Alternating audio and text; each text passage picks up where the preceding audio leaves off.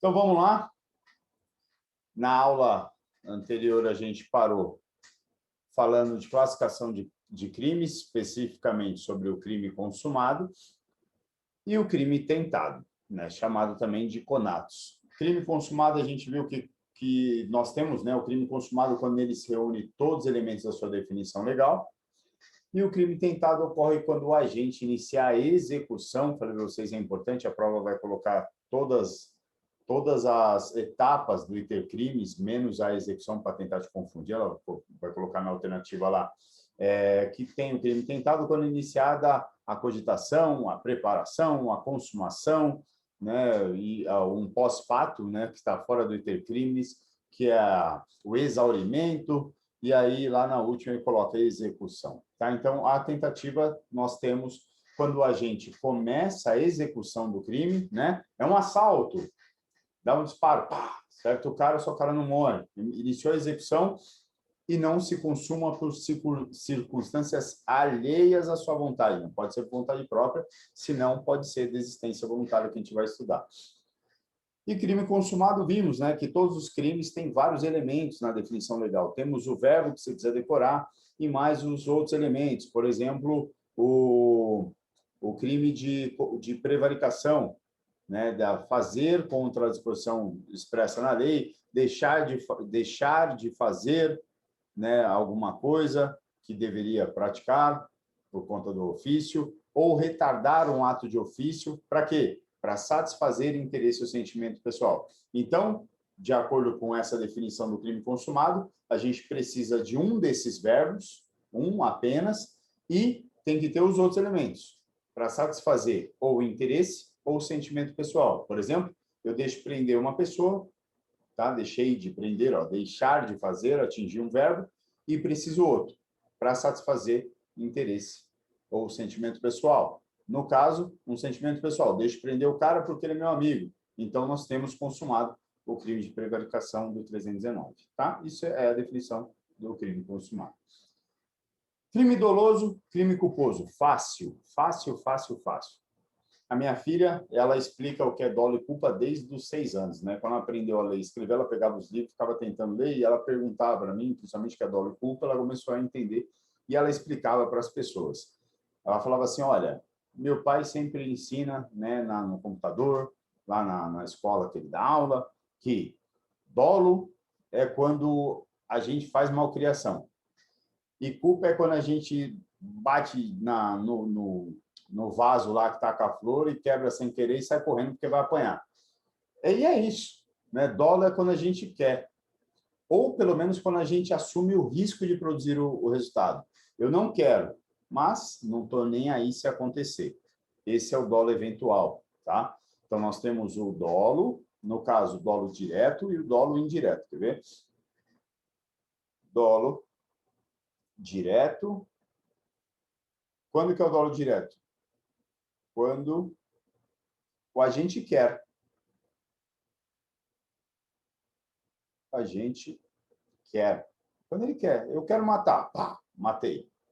Homicídio doloso. Tá? Eu quero lesionar. Dei um soco. Lesão corporal dolosa. Tá?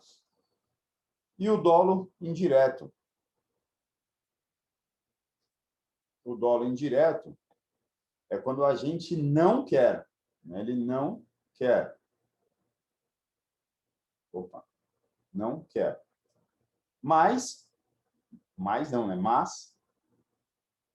Vamos tirar. Mas assume o risco.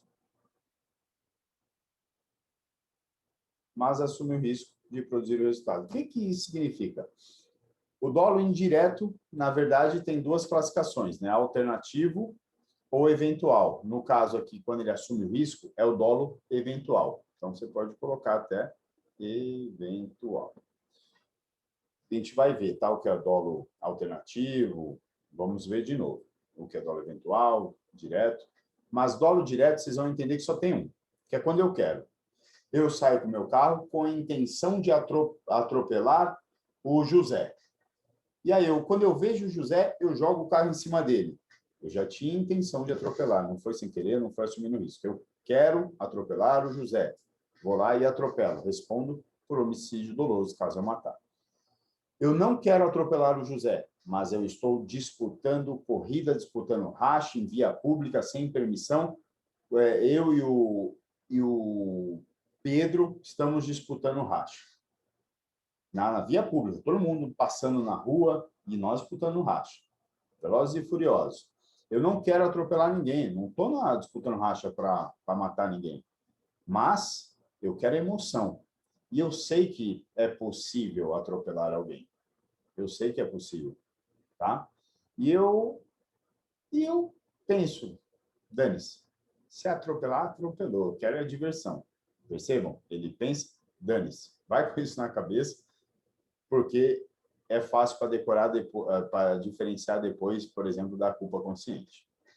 Então, dolo indireto eventual, o agente não quer realizar o crime, mas não está nem aí se acontecer. Imagina, eu estou num show da Ivete Sangalo no estádio do Maracanã, lotado, não sei quantos milhões de pessoas. Eu pego um tijolo e jogo para cima, na alegria. Jogo para cima. Não quero quicar na cabeça de ninguém, mas vocês vão concordar comigo. Se eu joguei para cima, num local onde eu não consigo nem me mexer, eu só posso ir no banheiro por sendo carregado, né, transportado, é lógico que eu estou assumindo o risco de lesionar alguém. Aí eu respondo por lesão corporal dolosa, tá? Dolosa. Se eu bater em alguém, eu respondo lesão corporal dolosa. Se eu jogar a pedra para cima, não quero machucar ninguém, mas cai, machuca, respondo igual, lesão corporal dolosa. Só que na nossa prova a gente tem que saber essa diferença. O dolo direto e o dolo eventual. Tá? Não muda o crime. Não muda, continua sendo o mesmo crime. Dolo eventual, dolo direto são o mesmo crime, só muda a finalidade, a consciência do cara, né? O elemento subjetivo. Eu quero, pá! Eu não quero, mas eu estou dançando que nem louco, se minha mão pegar em alguém, estou nem aí, dane-se, tá? Esse é o dolo eventual. Então, ocorre quando a gente quis, ó, dolo direto, ou assumir o risco. Quando ele assume o risco, dolo eventual. E a culpa? A culpa o agente não quer. Você vai ter que decorar, ele não quer e nem assume o risco. Então, na culpa, no crime culposo, ele não quer nem assume o risco. Nem assume o risco. Mas ele age. Ó, mas age. Bom, aqui, ó, tá aqui em cima. Imprudência, negligência ou imperícia. Então, eu não tomo os devidos cuidados que eu deveria ter com o meu carro quando eu vou viajar. Tá com o pneu careca, tá chovendo, o freio tá ruim, né? Eu tô descendo para a praia mesmo assim. Não quero atropelar ninguém, não estou assumindo risco, mas não observei alguns cuidados que eram necessários. Se eu atropelar alguém e matar ou lesionar, eu vou responder nesses respectivos crimes na modalidade culposa, tá? Por exemplo, eu estou limpando a minha arma e não desmuniciei. Não desmuniciei. E aí eu estou limpando e acaba acontecendo um disparo acidental e acerta a empregada. Eu vou responder na modalidade culposa, tá? Porque eu tive ali uma negligência, uma falta de cuidado, tá? Então, no crime culposo, vocês têm que lembrar, o agente não quer e nem assume o risco. Mas ele tem uma ação. Quer ver um caso que pode ser de ação, o caso de imprudência, por exemplo, que é um fazer? Imagina um atirador de flechas. Esse é um exemplo lindo. Um atirador de flechas. Eu sou atirador de flechas profissional. E eu coloco lá eu usei Pedro, José, agora eu coloco o João. Eu coloco a maçã na cabeça dele e eu penso, eu não vou acertar ele. E nem estou assumindo o risco. Eu acredito, sinceramente, que eu nunca vou acertar a testa dele. Percebam? Olha essa parte. Eu acredito, sinceramente, Eu não vou machucar. Porque eu sou profissional. Pô, acerto. Bem na testa. Homicídio culposo. Agora, imagine que eu não sou atirador de flechas. Eu não sou. Não sou. Eu pego a flecha, pego o ar. Fica aí, ô João. Coloca a maçã. Espera aí, não se mexe. E eu vou. Percebam que agora eu estou assumindo o risco. Eu não sou atirador de flechas. Agora eu estou...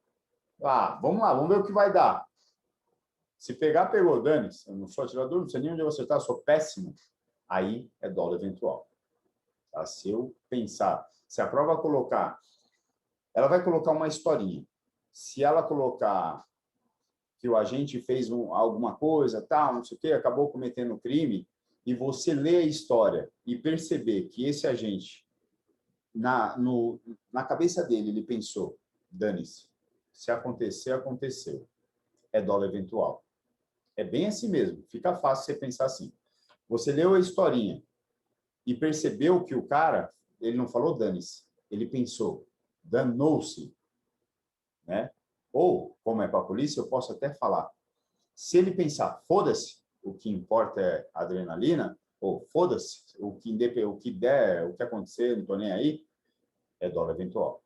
Se ele pensar, não foda-se, mas fudeu, aí é culpa, aí é o crime culposo. Beleza?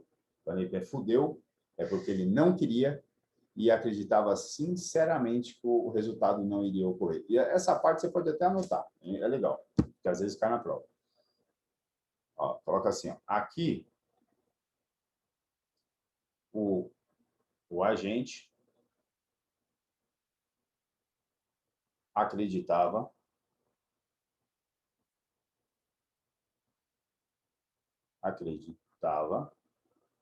sinceramente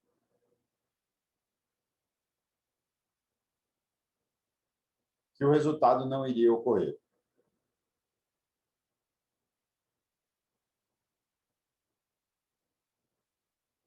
Que o resultado não iria ocorrer, tá? Coloca agora, aí no teu caderno, coloca assim, classificação de crimes quanto ao resultado. Quanto ao resultado. Essa parte é bem legal. Quanto ao resultado. Porque se você entender esta classificação, até para você que vai prestar para a Polícia Federal, fica fácil na hora de resolver as questões, tá? Sem eles perguntarem da classificação, só de, às vezes, trazendo um outro ponto, por exemplo, no crime de corrupção passiva, o cara vai responder na modalidade tentada se caso não receber a vantagem devida, tá? Você vai perceber que isso é uma afirmação errada, só entendendo isso aqui. Então, vamos lá, classificação de crime, coloca aí quanto ao resultado. Quanto ao resultado. Quanto ao resultado. Crime material ou crime de resultado. O que é o crime material? Aqui o legislador ele estabelece uma conduta e um resultado. Só que o crime ele se consuma com a conduta, o crime ele se consuma com o resultado, não bastando apenas a conduta. O que isso quer dizer? Quando nós falamos de crimes materiais, vamos entender que no crime existe a conduta, lógico, todo crime tem que ter a conduta, e existe o resultado. E no crime material, o resultado é necessário, ele é necessário,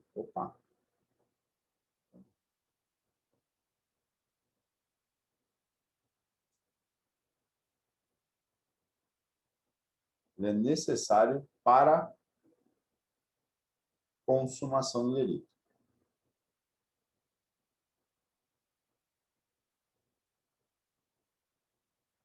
Tá? O resultado é necessário para a consumação do delito nos crimes materiais. Dá um exemplo? Claro. Artigo 121 é um exemplo clássico. Artigo 124 e por aí vai. Tá? 122.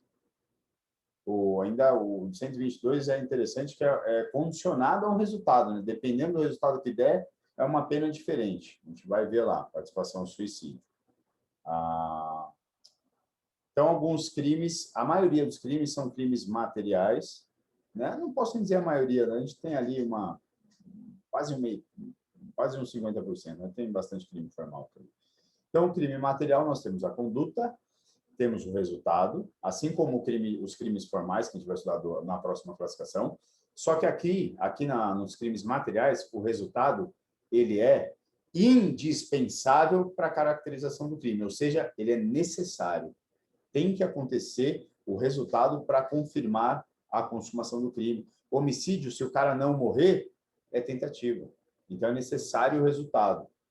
A lesão corporal, se não ficar um roxo, não vai ser lesão corporal leve, vai ficar na tentativa. Ou, se eu não arrancar o braço do cara fora, não vai ter o resultado da lesão corporal gravíssima e não se consuma lesão corporal gravíssima.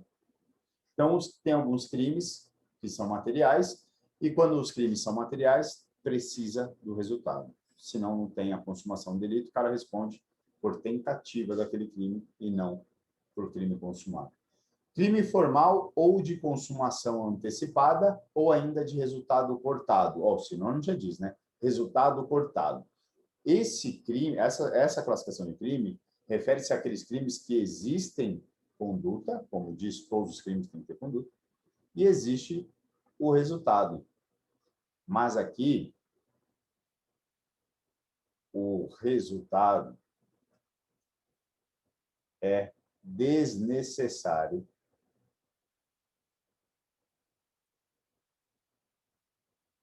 para a caracterização do delito. Desnecessário para a caracterização do delito. Ou seja, existe a conduta, existe o resultado. Mas se o resultado ocorrer ou não, pouco importa se consuma na conduta. Dá um exemplo, vai ficar fácil? O exemplo que eu acabei de dar já. Exemplo 317 do Código Penal é um exemplo clássico que sempre faz essa brincadeirinha, dizendo que é necessário o resultado para configurar o crime. Está errado lá. Qual que é esse crime? Corrupção passiva. Está lá. Solicitar ou receber uma vantagem indevida, tá? Ainda que fora da função ou antes de assumi-la, mas em razão dela, ou aceitar a promessa de tal vantagem. Para quê? Para deixar de fazer alguma coisa, para fazer contra a disposição expressa na lei, ou retardar um ato de ofício. Tá? Então, lá, o funcionário público, é um crime funcional, está dentro do capítulo de crimes praticados por funcionário público contra a administração